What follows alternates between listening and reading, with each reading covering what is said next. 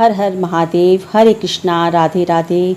सावन का महीना भगवान शिव को समर्पित है। अब इस महीने उनकी पूजा भक्ति भाव और विधि विधान से करते हैं तो शिव जी की कृपा अवश्य प्राप्त होती है। सावन में शिवलिंग की पूजा का विशेष महत्व माना गया है। शिवलिंग की पूजा में कुछ बातों का विशेष ध्यान रखना बेहद ज़रूरी होता है। सावन का महीना देवों के देव महादेव को प्रसन्न करने और उनकी कृपा पाने के लिए सबसे खास होता है। हिंदू कैलेंडर के मुताबिक सावन का महीना साल का 5वां महीना होता है। धार्मिक ग्रंथों और शास्त्रों के अनुसार यह महीना भगवान शिव को सबसे प्रिय माना गया है। सावन के महीने में भगवान शिव की विधि विधान से पूजा करने और जलाभिषेक करने का विशेष महत्व होता है।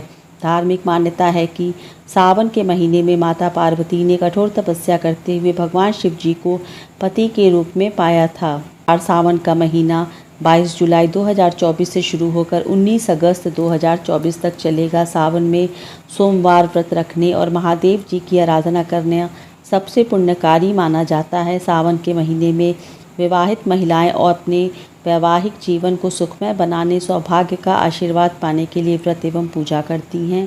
वहीं पे अविवाहित महिलाएं अच्छे व मनचाहे वर की कामना के लिए सावन सोमवार का व्रत भी रखती हैं। सावन के महीने में भगवान शिव की पूजा का विशेष फलदायी माना जाता है। कहता है कि जो भी भक्त पूरे सावन के महीने में शिव जी की पूजा करते हैं और शिवलिंग का जलाभिषेक करते हैं उनकी सभी मनोकामनाएं पूरी होती हैं। वैसे तो सावन का हर दिन शिव जी की पूजा के लिए शुभ है, लेकिन सावन में सोमवार का दिन पूजा करने के लिए विशेष फलों की प्राप्ति कराता है।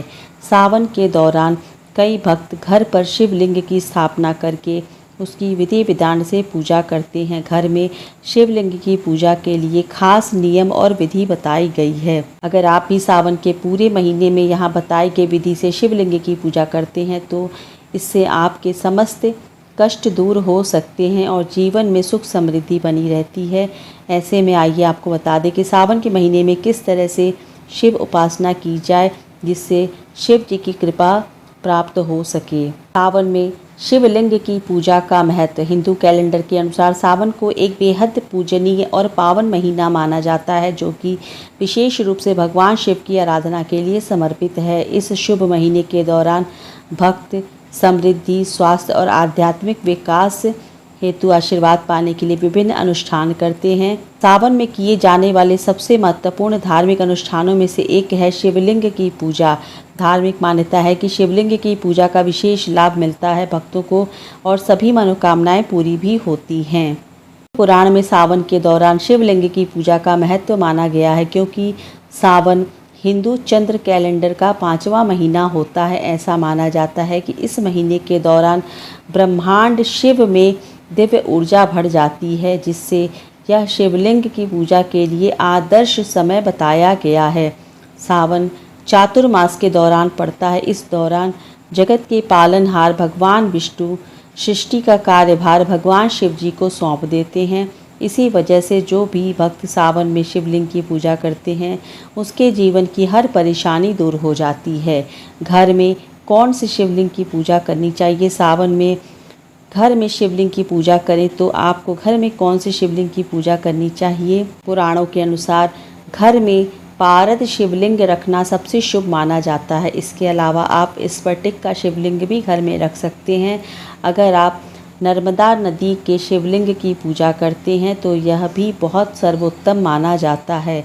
शिवलिंग भगवान शंकर के निराकार रूप का प्रतिनिधित्व करता है और उनके अनंत स्वरूप का प्रतीक माना जाता है, इसलिए कुछ विशेष प्रकार के शिवलिंग की ही पूजा घर में करने की सलाह दी जाती है।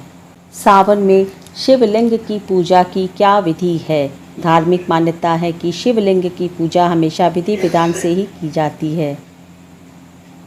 इससे आपके जीवन में खुशहाली बनी रहती है। शिवलिंग की पूजा के लिए आपका तन और मन दोनों पवित्र होना चाहिए। सावन में शिवलिंग की पूजा करने की विधि इस प्रकार से है। सावन में शिवलिंग की पूजा करने के लिए सबसे पहले शिवलिंग का अभिषेक करें। इसके लिए दूध, दही, शहद, गंगा जल, घी, शक्कर से शिवलिंग को स्नान कराया जाता है। जब भी शिवलिंग का अभिषेक करें उन्हें जल से भी स्नान कराना चाहिए।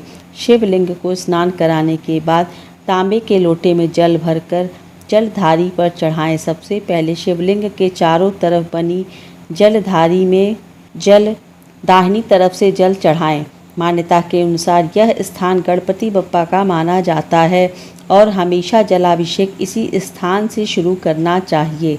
जलधारी के बाद इसके बाईं ओर से जल चढ़ाएं, जहां कार्तिकेय जी का निवास माना जाता है। इसके बाद आप शिवलिंग के बीच में जल चढ़ा सकते हैं।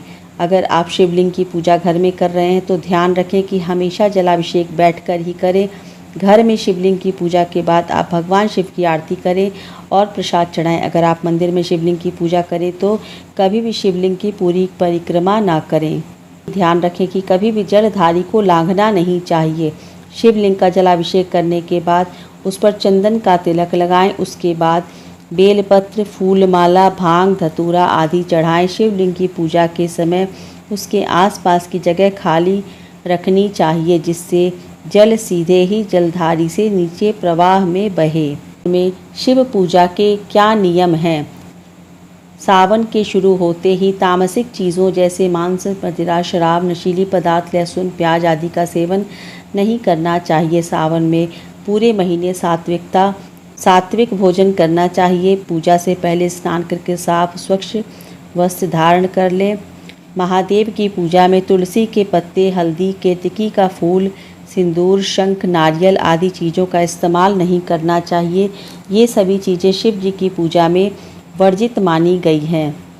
सावन के सोमवार प्रदोष व्रत और शिवरात्रि के दिन व्रत रखकर भगवान शिव की पूजा अर्चना और वंदना करनी चाहिए। ये तीनों ही दिन शिव जी की कृपा पाने के लिए सर्वोत्तम माना गया है। सावन में सामान्य पूजा के दौरान आप ओम नमः शिवाय मंत्र का जाप करें। शिव चालीसा पढ़कर भी भगवान शिव की आरती कर सकते हैं। घर में स्थापित किए जाने वाले शिवलिंग का आकार हमेशा छोटा ही होना चाहिए। घर में अंगूठे के आकार का शिवलिंग स्थापित करना सर्वोत्तम माना जाता है। इसके अलावा शिवलिंग अकेले नहीं रखना चाहिए, उसके साथ में नंदी या शिव परिवार की फोटो ज़रूर रखें। शास्त्रों के मुताबिक शिवलिंग से हमेशा सकारात्मक ऊर्जा का संचार होता है। उस ऊर्जा के प्रवाह को संतुलित करने के लिए शिवलिंग पर जल चढ़ाया जाता है। शिवलिंग की ऊर्जा को शांत रखने के लिए ही जलधारा होना ज़रूरी है। घर में शिवलिंग की स्थापना ऐसे करें कि जलधारा उत्तर दिशा की ओर रहे। वहीं घर में हमारा एक शिवलिंग ही स्थापना करना चाहिए। घर में एक से ज़्यादा कभी शिवलिंग नहीं रखना चाहिए। छोटी सी जानकारी है कि घर में कैसे और किस तरह से और किस चीज़ से बने शिवलिंग की पूजा करनी चाहिए। उम्मीद करती हूँ कि आपको ये जानकारी अच्छी लगेगी। मिलते हैं अगले वीडियो में, तब तक के लिए राधे राधे, हरे कृष्णा, हर हर महादेव।